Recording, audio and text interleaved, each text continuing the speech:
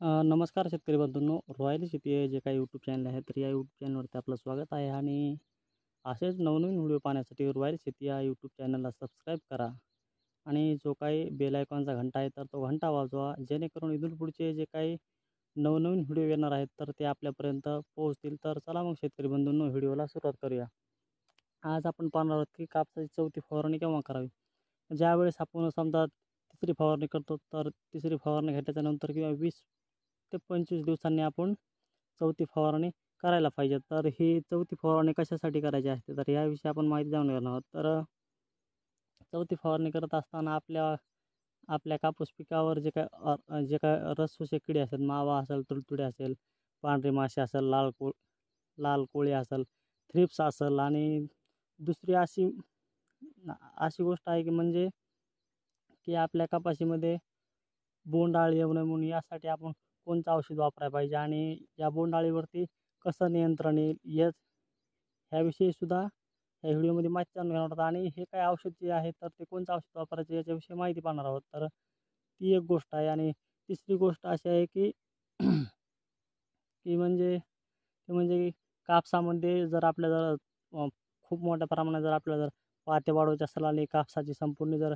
Setting करायची असेल तर त्यासाठी सुद्धा ही आपल्याला चौथी फवारणी महत्त्वाची ठरणार आहे. तर या सर्व समस्यांसाठी आपल्याला कोणती औषधं वापरायची आहेत, कोणते टॉनिक वापरायचे आहेत, कोणते कीटकनाशक वापरायचे आहेत, ह्याविषयी आपण माहिती जाणून घेणार आहोत. तर ह्याविषयी अधिक माहिती जाणून घेऊया आता.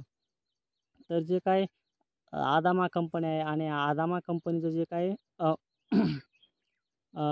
कीटकनाशक आहे तर ते टपूज हे कीटकनाशक आहे. तर या टपूज या कीटकनाशकाचं काय आहे, तर याच्यावर जे काय शिफारशी किडी कोणत्या आहेत, तर याच्यावरले शिफारशी किडी अशा आहेत की मावा असेल, पांढरी माशी असेल, तुडतुडे असेल किंवा जे काही रसशोषक किडी आहेत तर ते संपूर्ण रसशोषक किडींसाठी टपूज हे कीटकनाशक काम करतं. त्याच्यामुळे चौथ्या फवारणीमध्ये आपल्याला टपूज हे एक कीटकनाशक घ्यायचे आहे, जेणेकरून जे आपल्या कापसावर मावा असेल, तुडतुडे असेल तर याचा संपूर्ण खात्मा होईल.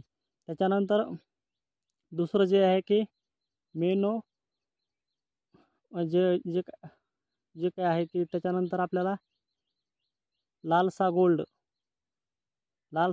हे एक सुद्धा कीटकनाशक आहे. तर ते सुद्धा आपल्याला वापरायचं आहे. त्याच्यानंतर दुसरं एक जे काय आपल्या कापाशीवरील बोंडअळी आहे तर या बोंडअळीसाठी आपल्याला प्रोपेक्स सुपर हे 25 ml वापरायचं आहे. 15 लिटर पंपासाठी किंवा 40 ml सुद्धा तुम्ही 15 लिटर पंपासाठी वापरू. त्याच्यानंतर मोनो मोनोको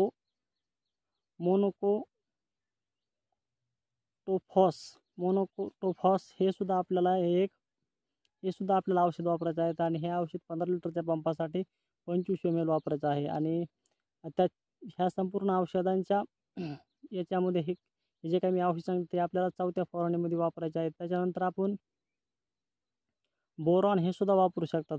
बोरॉन हे आपल्याला 25 ग्रॅम वापरायचं आहे प्रति लिटर पंप. म्हणजे 15 लिटरचा पंप जर असेल तर हे आपल्याला 25 ग्रॅम वापरायचं आहे. तर शेतकरी बंधूंनो, हे तुम्ही चौथ्या फवारणीमध्ये तुमच्या वापरू शकतात. तर तुमची चौथी फवारणी हे जे मी सांगितलेलं औषध आहे तर याच्या माध्यमातून जबरदस्त होऊ शकते.